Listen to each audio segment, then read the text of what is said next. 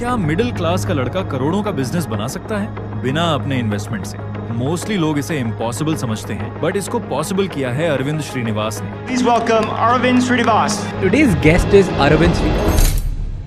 अरविंद ने अपना startup perplexity भी अपनी लिमिटेड सेविंग्स से ही स्टार्ट किया था, एंड आज वो 18 बिलियन की कंपनी बन चुकी है। एंड एग्जैक्टली हम इस वीडियो में अरविंद की स्टोरी को डिकोड करेंगे एंड 3 ऐसे अल्ट्रा पावरफुल प्रिंसिपल्स के बारे में भी जानेंगे जिसे हम अपनी लाइफ में अप्लाई करें तो हम भी मिलियंस, इवन बिलियंस का एम्पायर बना सकते हैं। 2015 IIT मद्रास के हॉस्टल रूम में एक लड़का रात भर कोडिंग कर रहा था, जब बाकी स्टूडेंट्स मूवीज देख रहे थे, क्रिकेट खेल रहे थे और अपने दोस्तों के साथ कॉलेज लाइफ एंजॉय कर रहे थे। लेकिन उस लड़के के दिमाग में सिर्फ एक सवाल था, टेक्नोलॉजी एक्चुअली दुनिया को कैसे चेंज करेगी? और उस लड़के का नाम था अरविंद श्रीनिवास, जो अपने टाइम के सबसे एम्बिशियस माइंड्स में से एक बनने वाला था। 2 साल बाद अरविंद ने डिसाइड किया कि उसे इंडिया छोड़कर अपनी नॉलेज और एक्सपोजर को नेक्स्ट लेवल पर ले जाना होगा।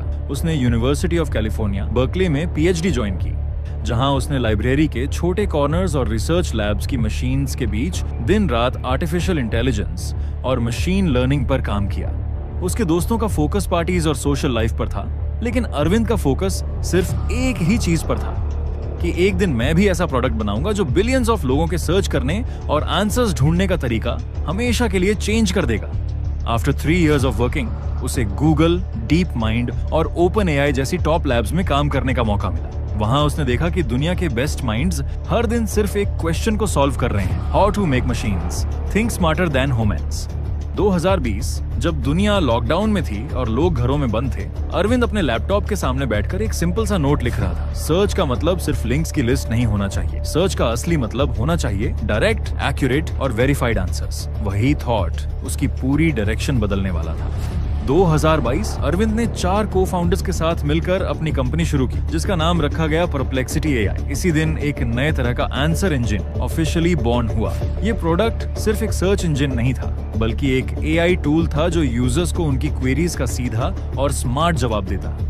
2023 बड़े इन्वेस्टर्स का ध्यान परप्लेक्सिटी की तरफ गया। जेफ बेजोस, Amazon के फाउंडर, ने पर्सनली इन्वेस्ट किया और दुनिया की सबसे बड़ी चिप मेकर एनवीडिया ने भी अपनी फंडिंग और सपोर्ट दी। ये सिर्फ इन्वेस्टमेंट नहीं थी, बल्कि एक ग्लोबल सिग्नल था कि अब परप्लेक्सिटी AI दुनिया के सबसे बड़े सर्च इंजन गूगल को ओपनली चैलेंज कर सकता है।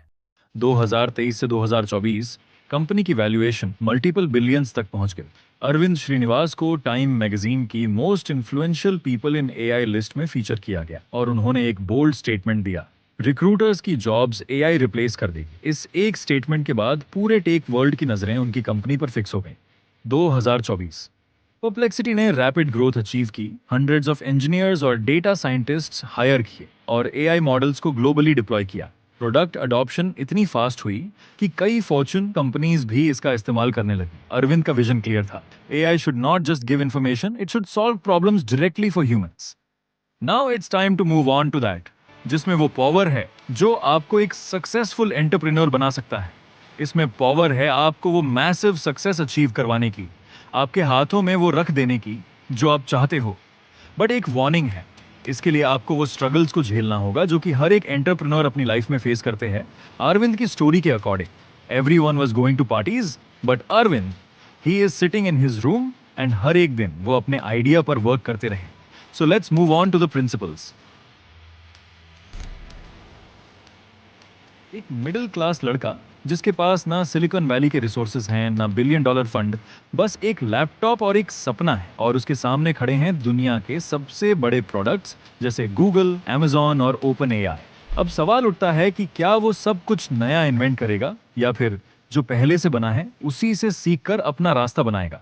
यहीं पहला अल्ट्रा पावरफुल प्रिंसिपल आता है कि कॉपी करना इंसल्ट नहीं है, बल्कि एक शॉर्टकट है। लेकिन शॉर्टकट तभी काम करता है जब तुम ब्लाइंडली कॉपी नहीं कर रहे हो। मिडिल क्लास फाउंडर्स की सबसे बड़ी गलती यही होती है कि वो सोचते हैं कॉपी करने का मतलब ओरिजिनलिटी खो देना है। लेकिन सच ये है कि हर सक्सेसफुल फाउंडर ने कहीं ना कहीं से कॉपी किया है, और फर्क सिर्फ इतना है कि उन्होंने उसमें अपनी क्यूरियोसिटी और क्रिटिकल थिंकिंग डालकर उसको पर्सनलाइज किया। जैसे अरविंद श्रीनिवास ने किया। उन्होंने गूगल और ओपन एआई के मॉडल्स देखे, उनको बेस बनाया, लेकिन हर लाइन को तोड़ा, समझा और फिर उसमें अपना फ्लेवर डालकर नया सोल्यूशन खड़ा किया। और यही तरीका था जिससे परप्लेक्सिटी गूगल जैसे जायंट के सामने टिक सका। लेसन सिंपल है कि स्मार्टली कॉपी करो, लेकिन क्रिटिकली पर्सनलाइज करो।